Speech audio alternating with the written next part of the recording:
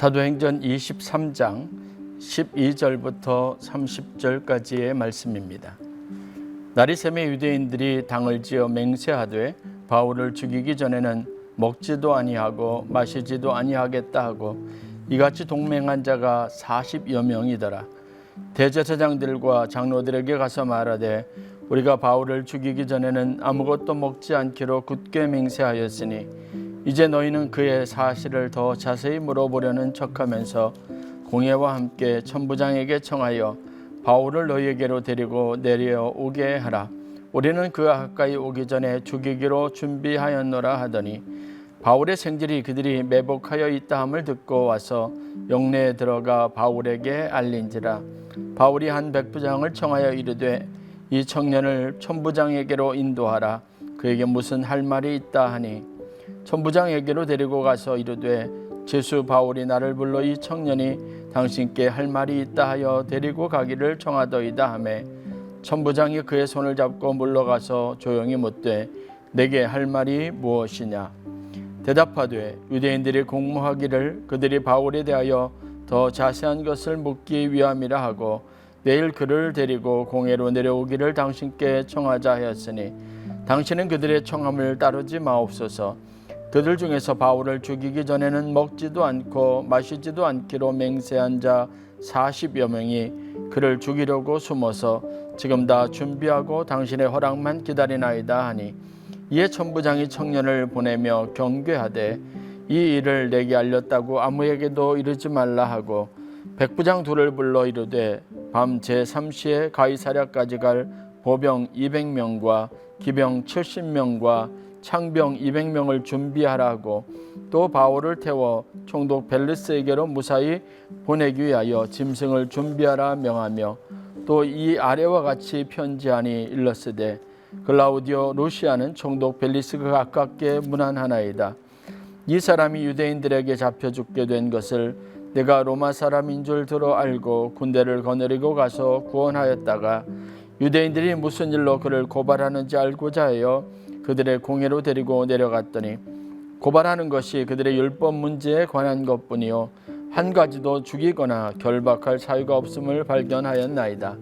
그러나 이 사람을 해하려는 관계가 있다고 누가 내게 알려주기로 곧 당신께로 보내며 또 고발하는 사람들도 당신 앞에서 그에 대하여 말하라 하였나이다 하였더라. 아멘. 이는 살아계신 하나님의 말씀입니다.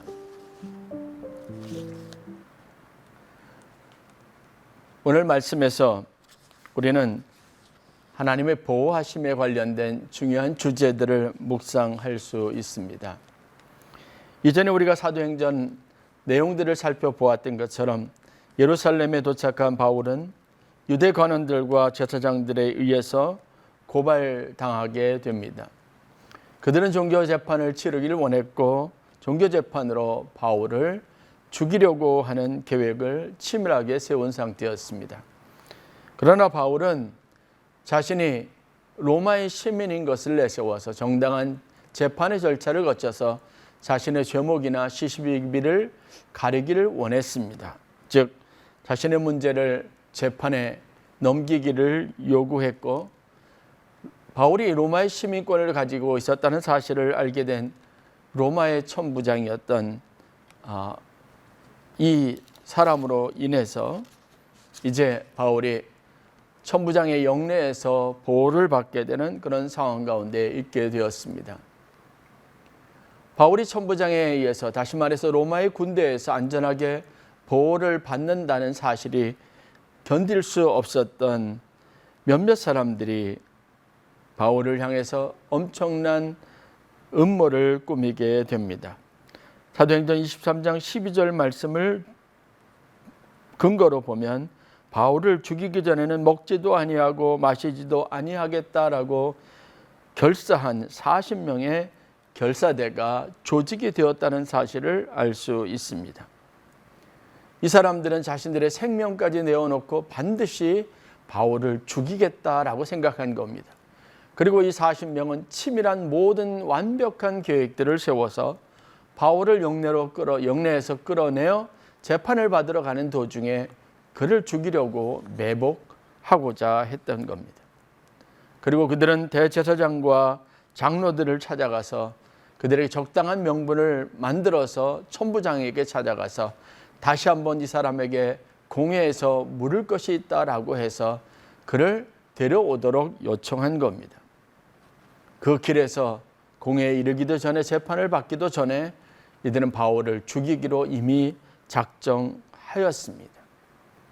40명의 결사대, 그들은 자신에게 신변에 어떤 불이익이 따르든 상관하지 않고 반드시 바울을 죽이겠다라고 그렇게 결연하게 생각을 가지고 있었던 사람들이고 그들의 계획은 완벽했습니다. 바울의 목숨은 이제 경각에 달려 있습니다.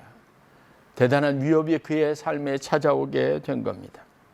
그런데 오늘 성경을 보면 바울은 그러한 40명의 결사대의 결연한 의지와 치밀한 계획에도 불구하고 그의 목숨을 유지하게 됩니다. 보호받게 됩니다. 첫째는 하나님께서 그의 조카를 사용하셨습니다. 우연찮게 바울의 조카, 즉 바울의 누이의 아들이 이 사실을, 매복에 대한 사실을 듣고 그리고 바울에게 이 사실을 알려주게 됩니다. 바울은 이 사실을 듣고는 그들의 꾀에 넘어가지 않기 위해서 이 조카를 천부장에게 보내서 자세한 내용들을 말하게 합니다. 결국은 천부장의 이 조카의 이야기를 듣고, 전후사정의 이야기를 듣고 혹시나 자신이 로마 시민을 보호하지 못했다는 사실 때문에 문책을 당할까 두려운 마음을 갖게 됐고, 그래서 한밤중에 바울을 총독 벨릭스가 있는 가이사랴로 호송하기로 계획을 한 겁니다. 그때 동원했던 호송 부대의 규모를 성경은 이렇게 말하고 있습니다. 23절 말씀입니다. 백부장 둘을 불러 이르되 밤 제3시에 가이사랴까지 갈 보병 200명과 기병 70명과 창병 200명을 준비하라 하고라고 말하고 있습니다.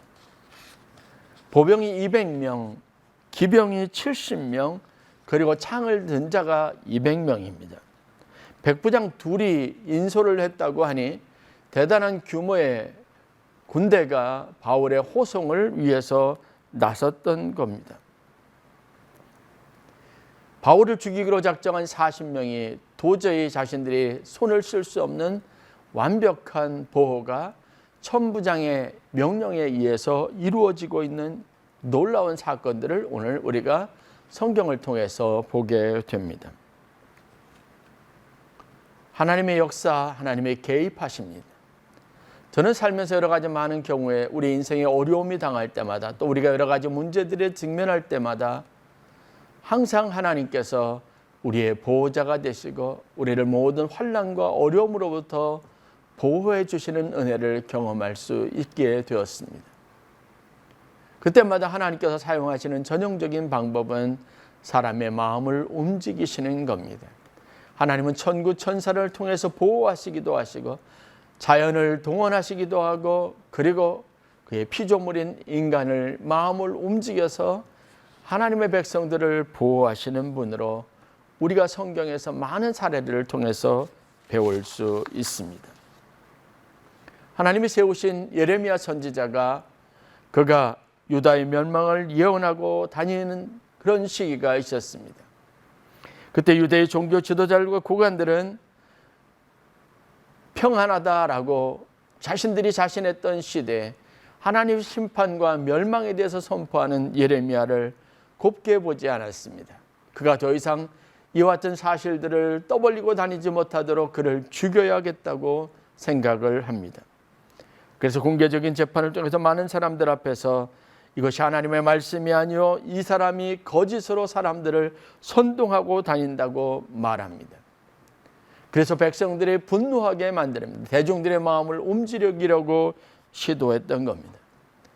그러나 그때 하나님께서 그 결정적인 상황, 성난 군중들의 손에서 예레미야를 건지셨습니다. 그때 하나님께서 그 마음을 움직여서 사용했던 사람이 예레미야 26장 14절의 말씀에 보면 사반의 아들 아히감이 나섰다라고 기록이 되어져 있습니다. 수많은 사람 중에 지혜로운 사람이 있었습니다. 사반의 아들이었던 아히감은 나서서 여러분이여 진정하십시오. 혹시 이 사람이 전한 말이 하나님의 말씀일 수 있으니 우리가 경솔하게 행하지 말아야 한다라고 대중들을 흥분해 있었던 대중들을 다시 한번 잠재우는 역할을 했습니다. 결국은 사반의 아들 아히감을 통해서 하나님께서 죽을 위험에 처해 있었던 예레미야를 살려주시는 그의 생명을 보호하셨던 이야기가 있습니다. 우리 인생에 여러 가지 많은 어려움과 고난이 있지만 하나님은 항상 우리의 보호자가 되십니다. 바울이 예배소에서 있었을 때 은장색 데메드리오의 수하에 있었던 사람들이 선동해서 많은 기술자들과 그 예배소 지역에 있는 사람들이 들고 일어나서 바울을 죽이고자 했을 때도 하나님께서 그 도시의 서기관을 사용해서 하나님께서 마음을 움직여서 바울을 안전하게 보호하시기도 했습니다. 바울 스스로가 고린도 교회에 편지하면서 수도 없이 많은 죽음의 위험과 고비가 있었으나 하나님께서 그를 건지시고 그를 보호해 주셨다는 분명한 고백을 하고 있었던 사실들을 우리가 기억을 합니다. 위험과 고난은 언제나 우리 인생에 있을 수 있습니다. 그러나 하나님께서는 반드시 피할 길을 주시고 그 가운데 우리를 안전하게 보호하신다는 사실을 우리의 믿음으로 삼을 수 있어야 합니다. 저는 오늘 여러분들과 함께 우리의 위험과 고난의 상황 속에서 보호자가 되시는 하나님의 위대하신 보호의 원리, 그리고 영적인 하나님의 보호하심에 대해서 함께 묵상하기를 원합니다. 하나님의 보호하심의 원칙은 과연 무엇입니까? 저는 바울이 그의 신앙적 확신을 가지고 고백했던 내용들을 통해서 다음에 두 가지 하나님의 보호하심의 원칙에 대해서 여러분들과 함께 나누기를 원합니다. 고린도전서 10장 13절 말씀은 우리가 너무나 잘 알고 있는 말씀입니다. 그 말씀 전체를 읽지 않아도 그 말씀 안에는 다음에 두 가지 중요한 하나님의 보호하심의 시험과 고난과 환난을 통한 하나님의 뜻과 섭리, 그 가운데 하나님께서 우리의 일을 통해서 일하시는 방식에 대해서 말하고 있는 두 가지 교훈들을 함께 묵상할 수 있습니다. 첫 번째, 하나님께서는 사람이 감당할 만한 시험을 주신다는 겁니다. 다시 말해서 인생에 어떤 어려움과 큰 문제가 있더라도 환난과 고난이 있더라도 다 우리가 감당할 수 있을 만한 것들만 허락하신다는 사실입니다. 왜냐하면 거기에는 하나님이 우리를 온전하게 하고 하나님이 우리를 변화시키고 하나님이 우리를 더 강하게 하시고자 하시는 하나님의 숨은 뜻이 내포되어져 있기 때문에 그렇습니다. 하나님은 우리 인생의 멸망을 원하지 않습니다. 우리가 시험 가운데 낙심하며 절망 가운데 그 자리에서 주저앉고 죽어버리는 것을 원하지 않습니다. 하나님은 그것을 우리의 인생의 기회로 삼아서 우리의 삶에 더 건강하고 아름다운 변화를 줄 수 있기를 원하고 그 시험이 오히려 우리에게는 축복이 되도록 하시는 분이라는 믿음을 반드시 가지실 수 있기를 바랍니다. 하나님의 보호의 원칙 첫 번째, 하나님은 우리에게 감당할 만한 것만 허락하신다는 겁니다. 두 번째는 시험당할 때가 있을 수 있지만 하나님께서는 피할 길을 주셔서 능히 감당하게 하신다는 겁니다. 누가 피할 길을 주십니까? 하나님이 주시는 겁니다. 세상의 시험과 여러 가지 환난과 고통이 우리 인생에 찾아오지만 하나님께서는 감당할 수 있게 하실 뿐만 아니라 그 시험을 피할 수 있게도 하십니다. 피할 수 있는 길을 주신다고 구체적으로 말씀하십니다. 그래서 그것이 우리가 감당할 만한 것이 되게 하신다는 겁니다. 바울은 여기에 대한 분명한 신앙적 확신이 있었습니다. 우리가 잘 아는 고린도후서 4장 8절에 바울이 가지고 있었던 확신의 고백을 우리가 함께 묵상해 볼 필요가 있습니다. 우리가 사방으로 우겨쌈을 당하여도 쌓이지 아니하며 답답한 일을 당하여도 낙심하지 아니하리로다라고 고백합니다. 사방으로 다 우겨쌈을 당한 것 같아도 쌓이지 않습니다. 답답한 일을 당해도 낙심하지 않는다고 고백하고 있습니다. 왜냐하면 하나님이 감당할 시험을 주시고 그 가운데서도 피할 길을 주시는 분이시기 때문입니다. 그것을 믿었기 때문에 그렇습니다. 저는 여러분들이 바울과 같은 그 믿음을 갖기를 촉구합니다. 바울과 같은 믿음의 확신을 가지고 오늘 하나님의 보호하심을 먼저 생각하고 문제보다도 하나님의 존재를 더 분명하게 확신 있게 믿는 믿음으로 여러분의 모든 삶의 어려움들을 이겨낼 수 있기를 주의 이름으로 간절히 축원합니다. 이 믿음의 확신이 우리를 살게 합니다. 하나님의 보호하심의 원칙을 생각하십시오. 첫째, 우리가 다 감당할 만한 것들만 하나님이 허락하신다는 겁니다. 감당하지 못할 것이라면 하나님께서 피할 길을 주셔서 그 문제로부터 벗어나게 하시는 분이십니다. 우리의 능력 범위 안에 있습니다. 또 그것이 우리 능력을 벗어날 때는 하나님께서 그분의 능력으로 우리에게 피할 수 있는 그 문제를 이길 수 있는 또 다른 길과 힘과 능력의 공급자가 되신다는 겁니다. 이것을 하나님의 보호하심의 중요한 두 가지 원칙으로 삼고 여러분의 신앙에 여러분의 삶에 구체적으로 적용할 수 있는 지혜가 있었으면 좋겠습니다. 이 부분과 관련해서 가장 위대한 신앙인이었던 다윗은 시편을 통해서 하나님의 철저한 보호하심을 믿고 그 확신으로 삶의 모든 어려움과 위기들을 이겨냈던 사람으로 잘 알려져 있습니다. 시편 62편에 나의 영혼아 잠잠히 하나님만 바라라 고백했던 바울의 고백을 여러분 기억할 겁니다. 오직 주만이 나의 방패요 나의 산성이요 나의 요새요 나의 구원이시라고 묵상했던 그의 아름다운 그리고 뜨거웠던 믿음의 중심을 우리가 함께 묵상할 수 있어야 합니다. 바울은 그 묵상 안에서 그가 시편 23편 4절에 고백하는 것처럼 내가 사망의 음침한 골짜기를 다닐지라도 해를 내가 당할 해를 두려워하지 않는다라고 말합니다. 그 이유를 분명히 다윗은 이렇게 고백합니다.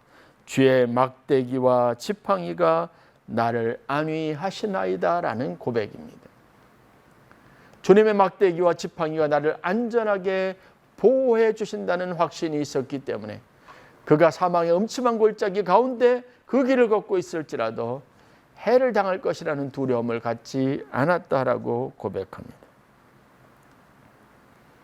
사무엘상 28장 29장에 보면 다윗이 사울을 피해서 도망갈 때 그가 블레셋 땅 아기스 왕에게 찾아가서 그의 몸을 의탁했던 그런 어리석은 결정의 시간들에 대한 이야기가 기록이 되어져 있습니다.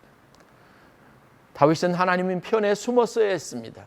그의 보호하심 안에 있어야 했습니다. 그런데 웬일인지 이때 다윗은 하나님께 의지하기보다 사람을 의지했습니다. 그래서 블레셋 땅으로 피했고 거기에서 아기스 왕에게 가서 자기 몸을 의지하고 자기 동료들과 함께 거주할 땅을 은혜로 허락을 받습니다.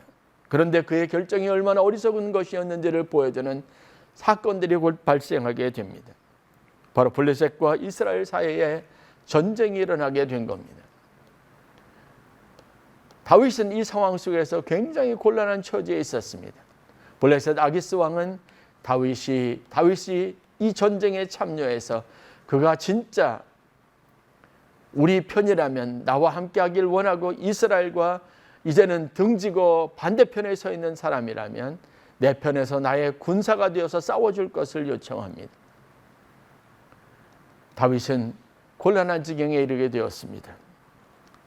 그런데 성경에 보면 다윗은 그것 때문에 내린 결정이 아주 어리석은 결정을 하게 된 겁니다. 바로 자신과 그의 군사들이 맨 앞에 척후병이 되어서 이스라엘 군대와 앞장서서 싸우겠다는 결정을 내리게 된 겁니다. 이 일은 단순한 위협이 아닙니다.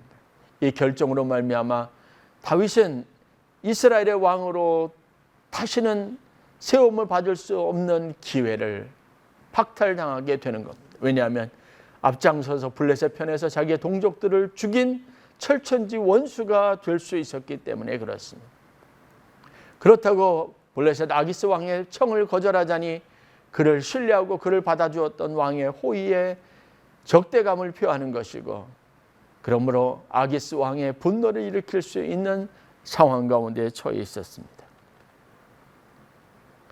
그러나 하나님께서는 이러한 상황 속에서도, 실수한 다윗에게서도 여전히 하나님의 보호가 그의 삶 속에 이루어지고 하나님이 그를 적극적으로 나서서 보호해 주셨습니다. 여러분들이 잘 아는 것처럼 블레셋 방백들 중에, 블레셋 왕을 도와서 이곳저곳에서 모여든 많은 블레셋의 방백들 중에 몇 사람들이 공개적으로 이 결정에 대해서 이의를 제기합니다. 혹시 다윗의 군대가 앞장섰다가 그가 돌이켜서 우리 아군을 공격할 것이라는 염려에 대해서 솔직하게 의견을 표력한 겁니다. 그런데 놀라운 것은 이 이야기가 블레셋 아기스 왕과 전쟁에 같이 동참했던 많은 사람들의 마음에 의심으로 다가왔다는 겁니다. 그들의 마음을 움직였습니다. 그래서 결국은 블레셋의 아기스 왕은 다윗과 그의 군대들을 자기들이 거주지로 돌려보내는 결정을 하게 됩니다. 하나님께서 위험하고 다급한 순간, 다윗의 인생의 가장 결정적인 실수와 실패가 이루어질 수 있는 상황을 모면하도록 도와주셨던 겁니다. 여러분, 하나님의 보호하심을 믿으시기를 간절히 축원합니다. 다윗과 같이 우리 마음에 조급함이 있더라도 그 순간 우리에게 절대적으로 필요한 것은 믿음입니다. 저희들이 이번 선교 여행을 다녀오면서 하나님이 그 짧은 5박 6일의 여정을 통해서 하나님이 우리와 함께 하신다는 감격적인 사실들을 24명의 모든 선교팀원들이 함께 경험할 수 있었습니다. 아무리 예측할 수 없는 급박한 상황 속에서라도, 피할 수 없는 운명과 같은 상황 속에서라도 하나님이 우리의 보호자가 되시고 우리에게 피할 길을 주시고, 또한 그 가운데서 우리가 이 어려운 문제들, 주일 예배를 드리지 못하는 이 절박한 상황을 모면하여 오히려 하나님의 인도하심과 안전하게 이끄시는 하나님의 보호하심 속에 우리 모든 대원들이 예배 전에 도착해서 예배를 드리고 하나님이 돌봐주신 은혜와 사랑에 대해서, 보호하심에 대해서 감사하고 찬양할 수 있는 시간들을 허락해 주셨습니다.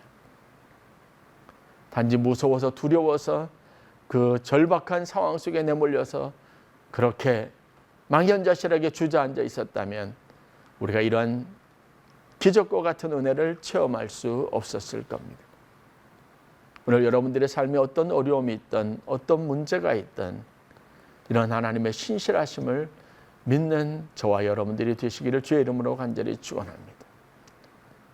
바울이 고백하는 것처럼, 다윗이 가졌던 믿음의 확신처럼 여러분이 어떤 상황 가운데 있든, 어떤 시험과 환난과 또 인생의 풍파가 여러분의 삶에 밀쳐오든 하나님이 여러분들의 완벽한 보호자가 되신다는 이 사실만큼은 절대 잊지 마시고 여러분의 믿음으로 삼으시고 여러분의 믿음의 확신이 되실 수 있기를 주의 이름으로 간절히 축원합니다. 하나님은 우리가 감당할 시험 외에는 허락하지 않으십니다. 또한 시험을 당할 때라도 피할 길을 주셔서 능히 감당하고 이기게 하시는 분입니다. 하나님의 보호하심에 대한 두 가지 원칙을 여러분들의 마음에 깊이 새기고 앞으로도 계속 펼쳐질 바울의 인생의 보호자가 되시는 하나님이 하시는 놀라운 일들, 기적과 같은 사건들을 함께 묵상하며 우리의 신앙이 더 성장해 나가는 기회로 삼을 수 있기를 주의 이름으로 간절히 축원합니다.